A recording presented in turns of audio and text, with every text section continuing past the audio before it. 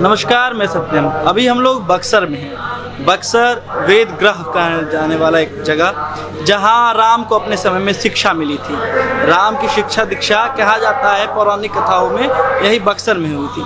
लेकिन आज बात शिक्षा की हो तो यहाँ के जो खास्ता हाल है शिक्षा का, और जहाँ हम हैं ये केंद्रीय विद्यालय बक्सर है। यह एक भारे के स्कूल में यह चल रहा है केंद्रीय विद्यालय। यहाँ के बात आज के भविष्य के शिक्षा की हो तो वो अधर में दिखती है नौनिहालों को।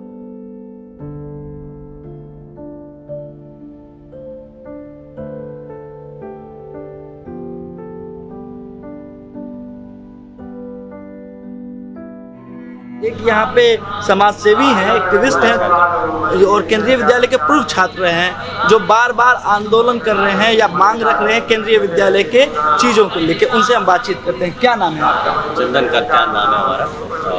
हम इस विद्यालय में पढ़े हुए हैं और हमारा 9th और 10th यहीं से हुआ है। और रही बात की जो स्थिति अभी आप केंद्रीय विद्यालय की देख रहे हैं, ये स्थिति पूर्व में और बदतर थी और शायद अभी आप डेंटिंग पेंटिंग की वजह से थोड़ी चीज़ें खूबसूरत हो गई हैं। जिस परिसर में ये किराएदार पे है और उस परिसर को देखिए, कितना बड़ा परिसर है लेकिन चीज़ें कितनी अस्त व्यस्त हैं। तो ये देखने की बात है कि केंद्रीय विद्यालय को ज़मीन ना देना हमारे पीढ़ियों के साथ खिलवाड़ है। लोग पार्टी की बात करते हैं, पीढ़ियों की नहीं। मैं पीढ़ियों की बात करके कह रहा हूँ, चूँकि मैं यहाँ से पढ़ा हूँ और जैसे तैसे मुझे शिक्षा मिली है, वो बेहतरीन शिक्षा से मैं चूक गया। मैं नहीं चाहता हूँ कि आने वाला मेरा जो पीढ़ी है, जो मेरे छोटे भाई बहन हैं, वो इस शिक्षा से चूकें। इसलिए मेरा ये मन, जब मैं यहाँ आया था तो मुझे लगा कि मुझे कुछ करना चाहिए। और ये 17 वर्षों से इसकी ज़मीन पता नहीं राजनीतिक कारणों से नहीं मिल रही है। उस पर छोटा एक आंदोलन चलाया जा रहा है। केंद्रीय विद्यालय जो है ये जहाँ पे हम लोग हैं, इसका क्या इतिहास रहा, हम मोटा मोटी हम समझना चाहते हैं। इसके बनने की प्रक्रिया क्या रही और आज क्या किस स्थिति में? देखिए, ये बड़ा अच्छा सवाल है कि यहाँ ना कोई CRPF का या आर्मी का कोई कैंपस भी नहीं है, फिर भी केंद्रीय विद्यालय यहाँ पर है, मौजूद है। तो किसके लिए है? आम जन के लिए है, बक्सर की जनता के लिए है। अगर केंद्रीय कर्मचारी एक ज़िले में कितने हो सकते हैं? अगर आप CRPF वाले ना हो, डिफेंस के लोग ना हो तो कितने हो सकते हैं? अमूमन बहुत होंगे, आपको 100, 50, 200, 300। हालांकि इसमें इस विद्यालय में 526 बच्चे अभी पढ़ते हैं, जिसमें 526 बच्चे इस बक्सर के हैं, मध्य परिवार से आने वाले हैं, दुकानदार, छोटे दुकानदार के बच्चे हैं, ठेला टुचकी, जो भी एक छोटे छोटे रिक्शा वाले। इवन मैं देख रहा था एक बच्चा है 6 या 7th में, वो बहुत ही उसके पिताजी का पान की गुमटी है, वो उसके बच्चे, और बहुत ब्रिलियंट लड़का है वो। तो ऐसे बच्चों का कल्याण करने के लिए केंद्रीय विद्यालय यहाँ खुला है। लेकिन ये केंद्रीय विद्यालय कब खुला? और 2003 में। 2003 में जब आई थिंक लालमुनि चौबे जी माननीय सांसद यहाँ के रहे थे, उनके कार्यकाल में ये खुला है।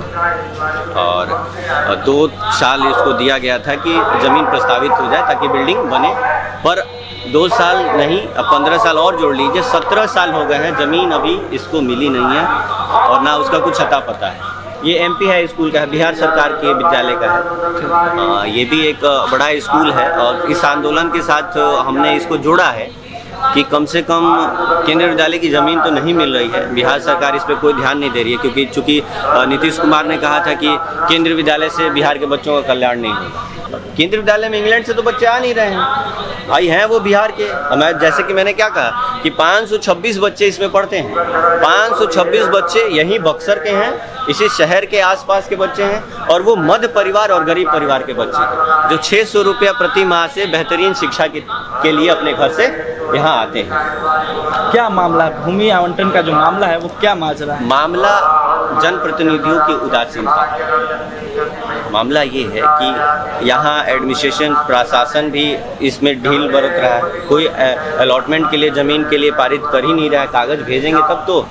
हालांकि 2014 में एक ज़मीन प्रस्तावित हुई थी जिसका कागजात मेरे पास है, अगर आप कैमरे में दिखा पाए तो 3.8 एकड़ वो जो है किला मौजा का ज़मीन, इसकी अलॉटमेंट हुई थी, ये दिखाई। और मेरे पास एक और आरटीआई कागज़ है जिसमें ये नॉर्म्स के हिसाब से नहीं है। केंद्रीय विद्यालय का नॉर्म्स ये है, आप दिखा सके तो देखिए।